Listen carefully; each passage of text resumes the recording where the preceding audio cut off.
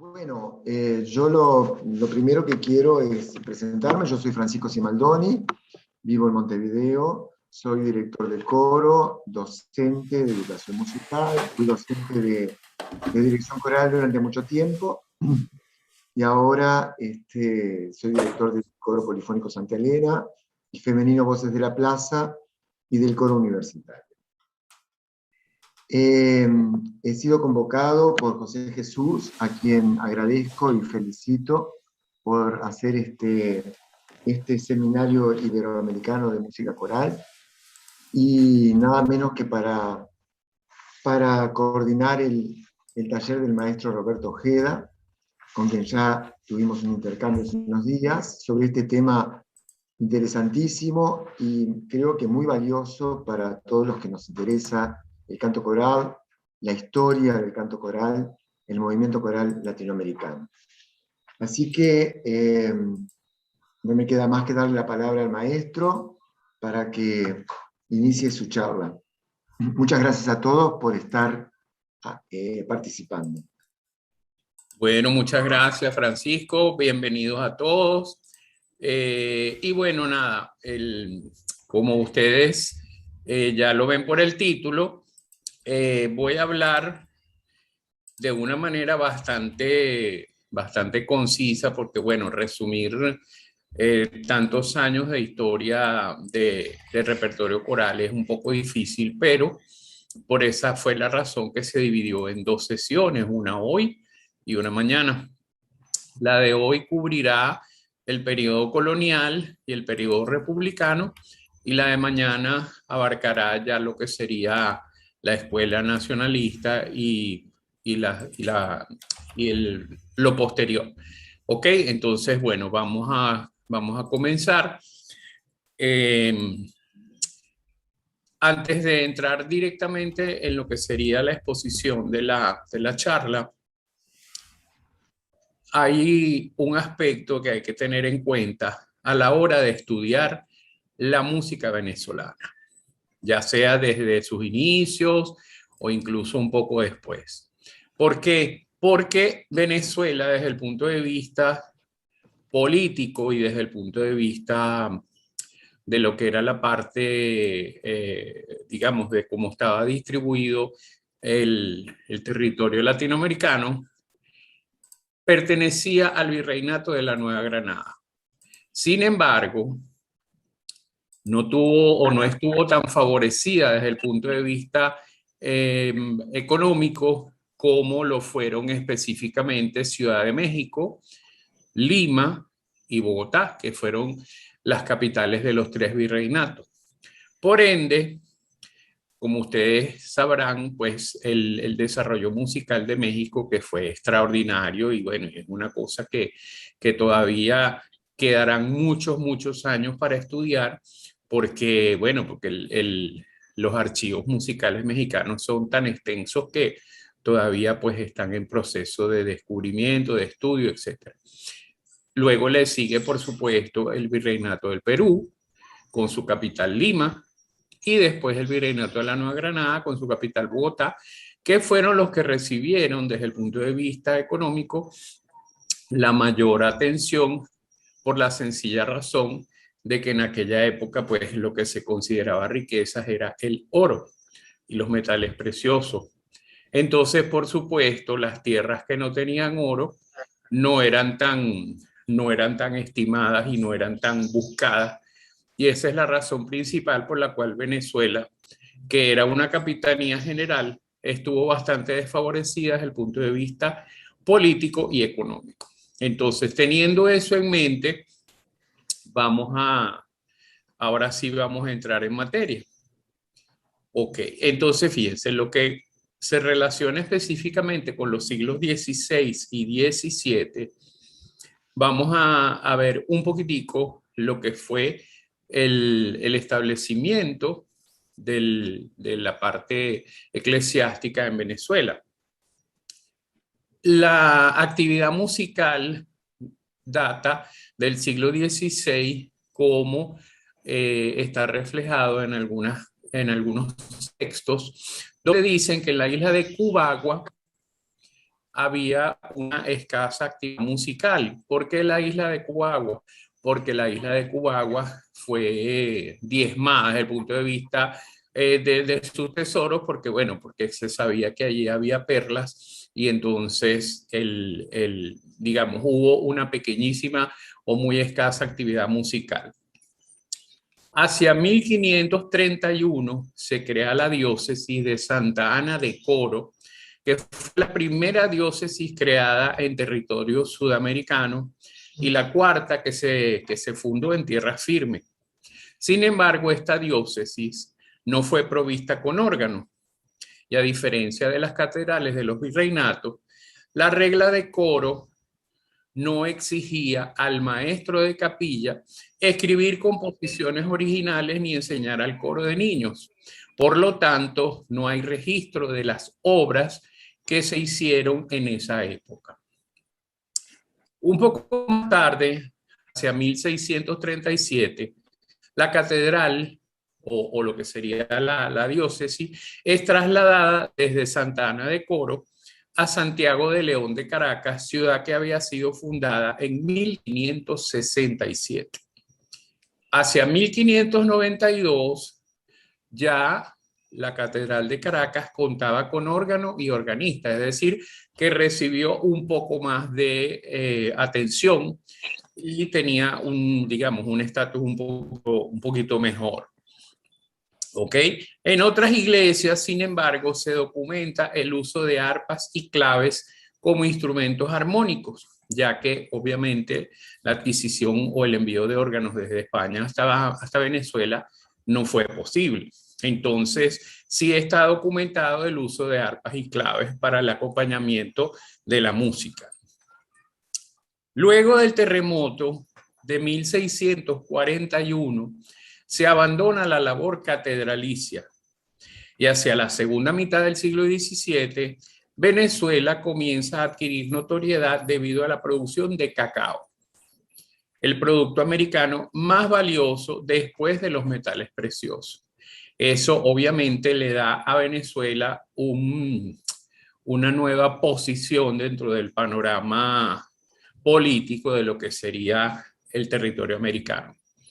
Ya hacia 1674 cuenta la catedral con un coro de aproximadamente 10 personas, es decir, que ya podemos hablar de que tenía una capilla integrada por 10 miembros, de que tenía órgano, de que tenía organista y, por supuesto, maestros de capilla. Sin embargo, no vamos a ahondar tanto en eso porque, bueno, porque queremos concentrarnos en el aspecto musical. Ok, luego, cuando pasamos al siglo XVIII, la bonanza económica que registra Venezuela a raíz de la explotación del cacao produce un cambio de actitud favorable para el desarrollo de la música. La tribuna musical de la catedral comienza a cobrar importancia. Se rehacen los 2 órganos de la catedral y se autoriza la contratación de pardos para celebraciones importantes. ¿Cuáles son estas celebraciones importantes? Ya lo vamos a ver un poquito más adelante. Ahora, ¿qué pasa desde el punto de vista social en Venezuela al abrir o al iniciarse el siglo XVIII? Que cerca del 50% de la sociedad colonial estaba conformada por artesanos, labradores, mano de obra fundamentalmente de raza parda. Los músicos, también pardos y contratados a destajo, ocupaban variados cargos como instrumentistas, cantantes o maestros de capilla. De eso, por supuesto, hay una lista tanto de organistas como de maestros de capilla, como de cantores, pero vamos a concentrarnos específicamente en los compositores. Los más destacados de este periodo fueron José Francisco Velázquez el Viejo. Luego le sigue José Antonio Caro de Boesi, Juan Manuel Olivares, Pedro Nolasco Colón, José Lino Gallardo o Lino Gallardo, como se le conoce comúnmente, Cayetano Carreño, José Ángel Lamas, Juan Francisco Mecerón, Juan José Landaeta y José Francisco Velázquez el Joven. Todos estos compositores aportaron al repertorio venezolano una cantidad enorme de música que obviamente casi toda es de carácter sacro, porque bueno, porque la música colonial giraba en torno a la iglesia. Y es la razón por la cual todo este primer periodo está conformado básicamente por música sacra. Después de 1780, sin embargo, comienza en Venezuela la actividad teatral, la cual cobrará auge a partir de 1808, que es cuando se abre el primer teatro al público. De hecho, Venezuela tiene una tradición lírica bastante importante que, bueno, que abarca un periodo de más de 200 años, pues, por supuesto. Ok, entonces, aparte del movimiento musical llevado a cabo en la Catedral de Caracas, en el resto de las provincias se registran numerosos acontecimientos en cuanto a la construcción y ejecución de instrumentos, contratación y pago de músicos y de maestros de capilla. Destacan particularmente las poblaciones de El Tocuyo y Guanare. Son como las dos ciudades donde, aparte de Caracas, hubo mayor actividad musical.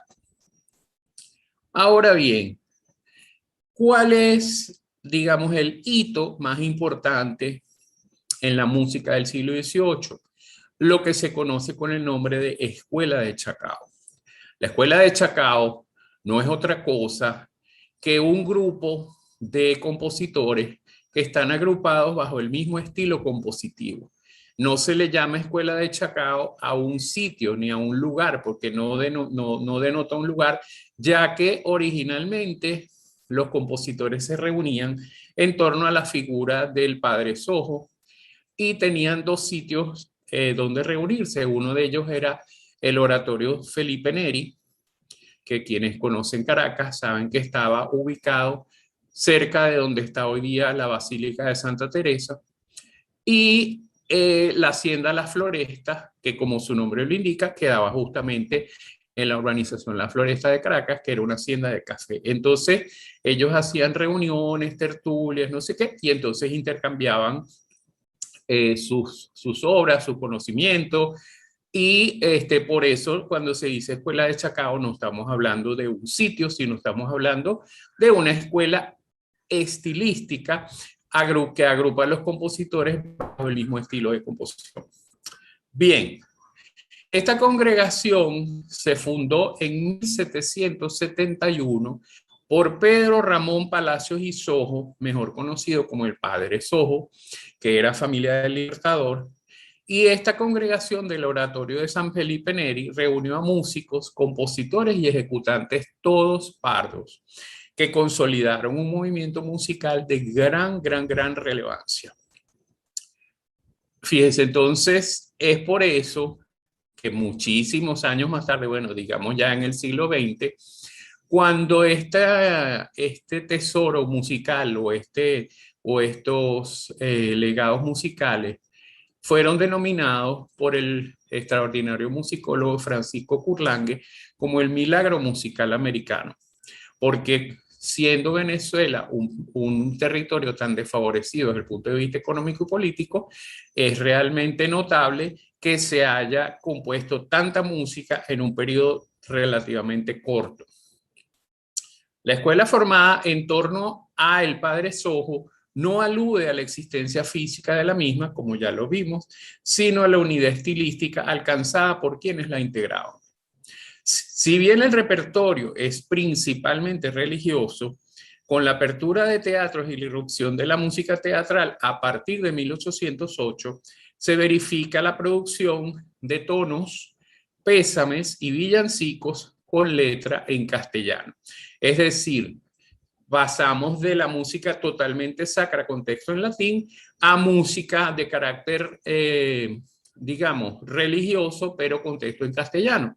Entonces ya no tiene esa rigurosidad que tiene toda la música compuesta con texto en latín. En líneas generales, y decimos en líneas generales porque esto abarca un periodo más o menos de, estamos hablando como unos 40 años, Entonces hay una pequeña evolución.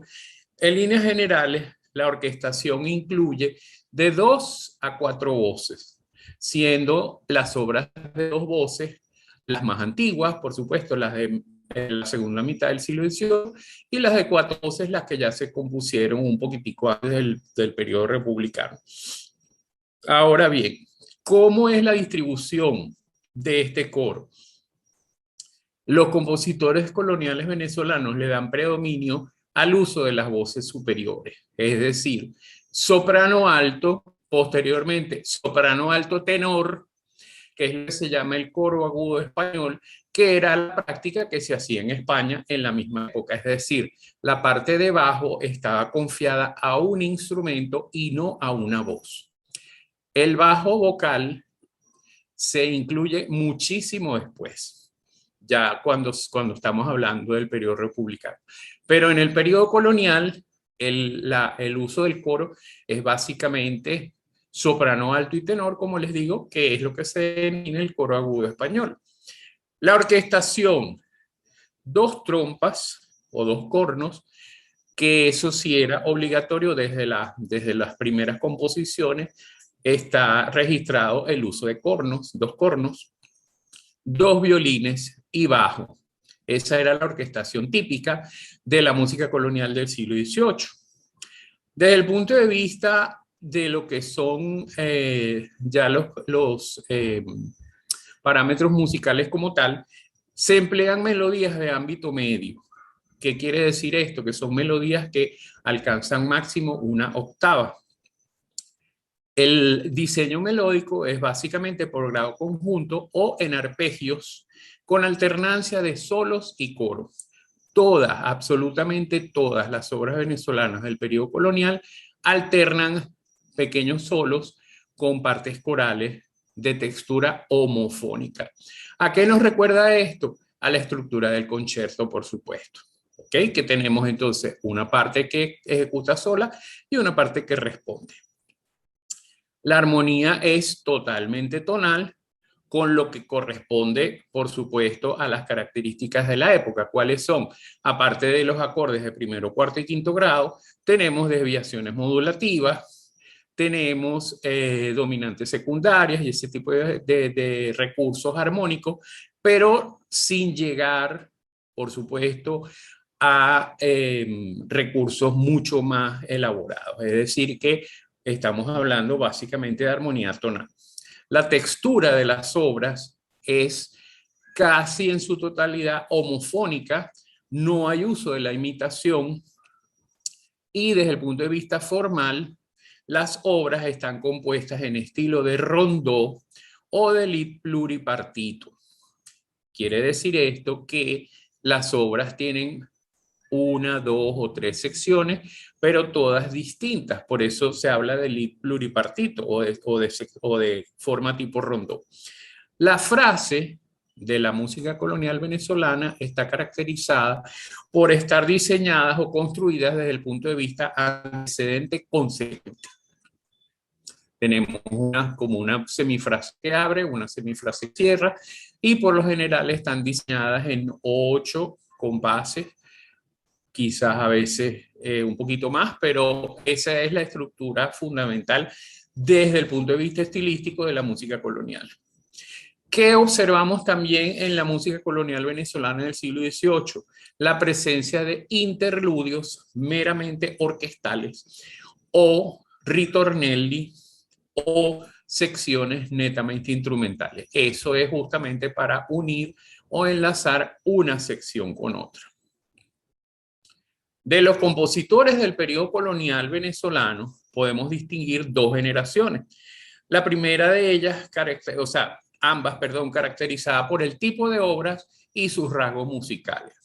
En la primera generación, absolutamente toda la producción es de carácter religioso, con texto en latín.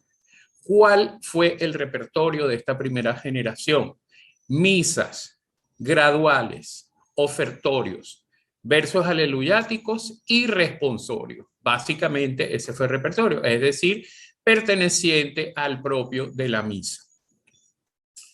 La composición antigua de la cual se tiene registro es la Misa de Difuntos a tres voces, que data de 1779. Anterior a esta fecha no tenemos o no disponemos, digamos, en los archivos de música venezolana de otras obras. Sin embargo, como ya les expuse anteriormente, sí hubo actividad musical, pero no hubo registro de obra.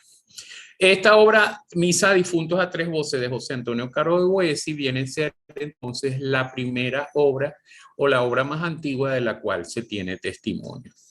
También destacan In Monte Olivetti, compuesta en 1801 por Cayetano Carreño. Y este va a ser nuestro primer ejemplo musical para que lo escuche. Usted usa una denominación que yo supongo que la palabra pardo para ustedes denomina al criollo. Lo que en otras No. partes de América se llama criollo. Bueno, lo que aquí en Venezuela se denominaba, porque eso incluso está registrado en muchos libros, lo que se denominaba criollo era al hijo de españoles nacido en Venezuela. Es decir, hijo de español con español nacido en Venezuela. Ese es el criollo. Luego tenemos el pardo, que es el hijo de español con negro, o de española con negro, pues. Eso sería el pardo, lo que en otras tierras se denomina mulato. Luego tenemos el mestizo, que es la mezcla de español con indio. Y luego tenemos el sambo, que es la mezcla de indio con negro. Esas eran como las cuatro clases que había, ¿no? Sin embargo, el mayor porcentaje justamente era de la población parda, que era hacia 1800 y tanto, era casi el 50% de la población. Muchas gracias. Es una categorización que acá también se usa, pero yo cuando usted lo usó como compositores pardos, me llamó la atención. Ahora entiendo que había una gran mayoría de Sí, esta mezcla. de hecho, De este mestizaje, no, digamos. de hecho, la razón por la cual no eran contratados de manera fija, es decir, no tenían un sueldo fijo, sino que eran contratados a destajo, justamente era por eso, porque al ser pardos, pues no tenían los mismos derechos que los hijos de que los españoles. Comprendo. Muchas gracias. Vale, vale.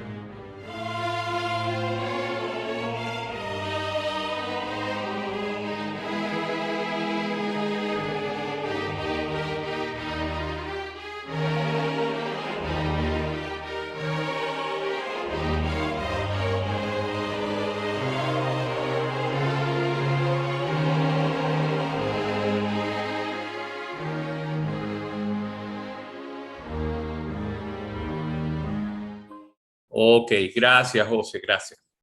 Bueno, fíjense, si se pudieron dar cuenta, ¿verdad? A pesar de que no estaba cantada, es una obra que tenía una introducción, ¿verdad? Y luego cuando entra el coro, no sé si se dieron cuenta que la parte instrumental vuelve a hacer lo mismo. Es decir, como sería como una introducción, después vendría una primera sección que es repetición de la, pero ya con el coro, que el coro va en forma totalmente homofónica. Y no sé si pudieron ver o escuchar la parte del solista, ¿verdad? Que es un tenor, y luego la respuesta del coro. Sin embargo, como hablamos anteriormente, que la orquestación era de dos trompas, dos violines y bajo, esta obra ya fue compuesta en 1801 y por lo tanto acusa la incorporación de oboe, de clarinete, o sea, ya la orquestación es un poquitico más rica y son tres voces. Entonces, pero es una obra, digamos, de los clásicos de la literatura coral venezolana colonial. Ahora, leemos a tiro para escuchar también un pedacito.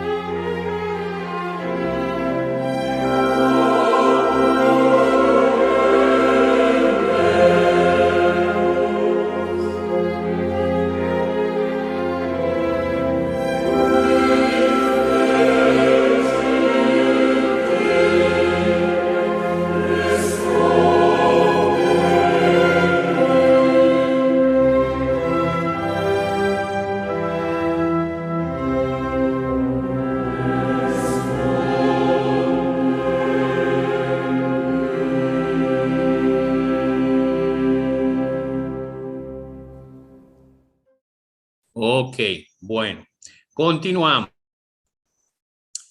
Entonces ahí tenemos dos ejemplos de lo que sería de los compositores de esta primera generación. Con la segunda generación, y gracias a la influencia del género teatral, crece la plantilla orquestal, se incorporan flautas, oboes, clarinetes, violas y violonchelos, al igual que la dimensión de las obras. Ahora, a los graduales y ofertorios se adicionan lamentaciones, que son obras, por supuesto, de largo aliento, misereres, que también son obras de largo aliento, oficios de difuntos y pasiones. Por lo general, en estas obras, lamentaciones, misereres, oficios de difuntos y pasiones, se verifica la alternancia del gregoriano con la música orquestada. Esto, claro, porque era costumbre también de la época musicalizar, bien sea los versos pares o los versos impares, y confiarle las entonaciones gregorianas a un solista. Entonces esto también se verifica en muchas de las obras sacras de la segunda generación. Pero al mismo tiempo que se nota la composición de estas obras de largo aliento, también florece un variado repertorio de tonos a lo divino con texto vernáculo, como por ejemplo El Niño Mío de José Francisco Velázquez el Joven, e incluso ya se comienza a escuchar o ya se comienza a observar la composición de canciones patrióticas como Caraqueños, otra época empieza, de Cayetano Carreño, la cual dio origen al himno nacional de Chile. Esto, por cierto, les hago un pequeño comentario porque esto fue una investigación que se hizo hace unos cuantos años y se comprobó que esta canción patriótica fue llevada a Chile por Andrés Bello y luego los chilenos lo asumieron tanto en música como en gran parte de la letra como el himno nacional. Entonces este es el origen del himno nacional de Chile.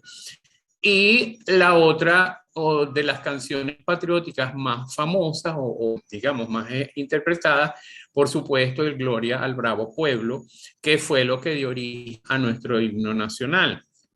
Con respecto al Gloria al Bravo Pueblo, se ha tejido una cantidad de confrontaciones entre investigadores, etcétera, porque se dice que si la música no fue de Juan José Landaeta, sino que fue de Lino Gallardo, que el texto no fue de Vicente Salias, sino que fue de Andrés Bello.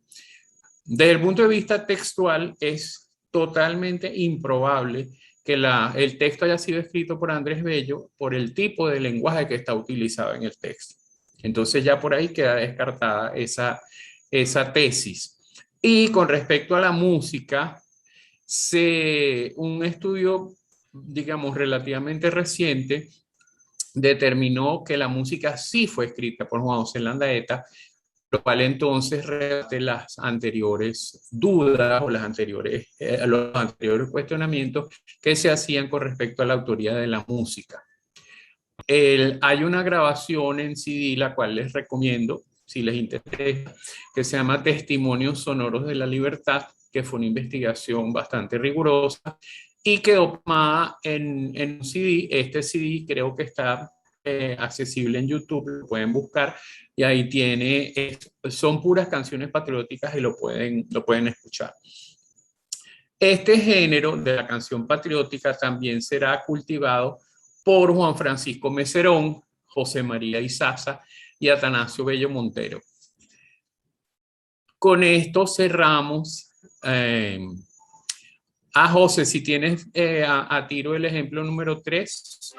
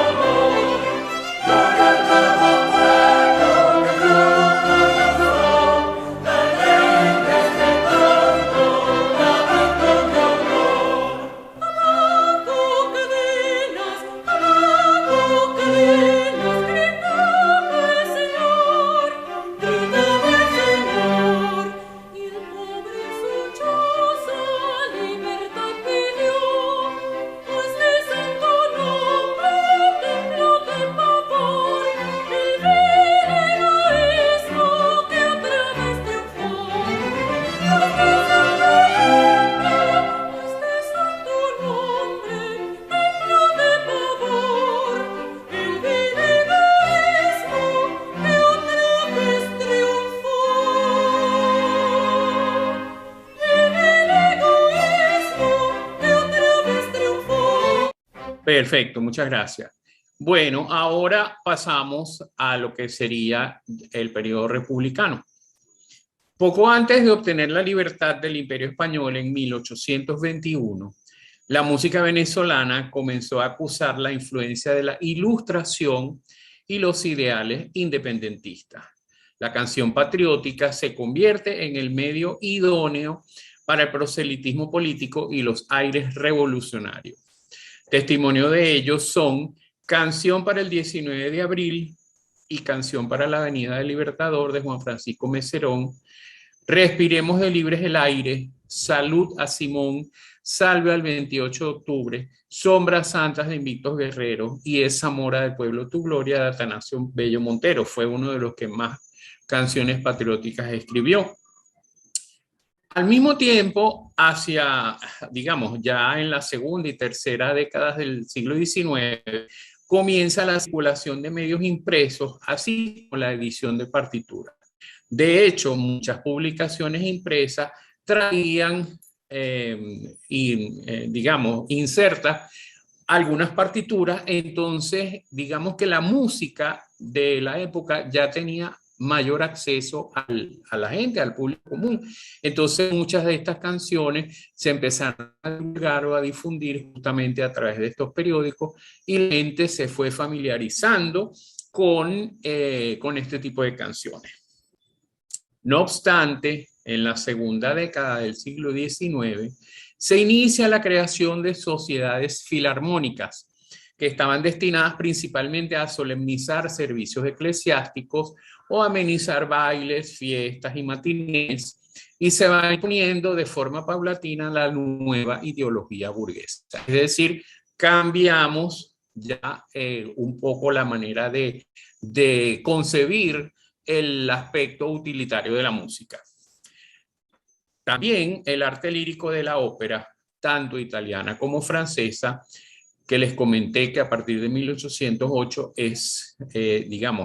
ya tiene acceso a todo el público porque se abren los primeros teatros de ópera al público, entonces la música pasa de la iglesia al teatro. Entonces, en Venezuela se comienzan a interpretar óperas italianas y francesas con compañías que venían de fuera, al mismo tiempo que juguetes, tonadillas, zarzuelas, tanto españolas como compuestas por compositores venezolanos, y otro género que era también muy típico, muy común en el siglo XIX, que eran los jerusalenes. Los jerusalenes o nacimientos no era otra cosa que una especie de obra teatral, la cual representaba las distintas escenas del nacimiento de Jesús, es decir, la huida, los ángeles, etcétera, etcétera, etcétera. Entonces, era ese tipo de género de Jerusalén y nacimiento, era muy interpretado y muy apreciado en el siglo XIX. Entonces, todos estos géneros teatrales convocan a la sociedad caraqueña con gran éxito, y los intermedios, que era justamente donde el elenco participaba en la producción, descansaba, se aprovechaban para interpretar las canciones patrióticas y alimentar el espíritu libertario.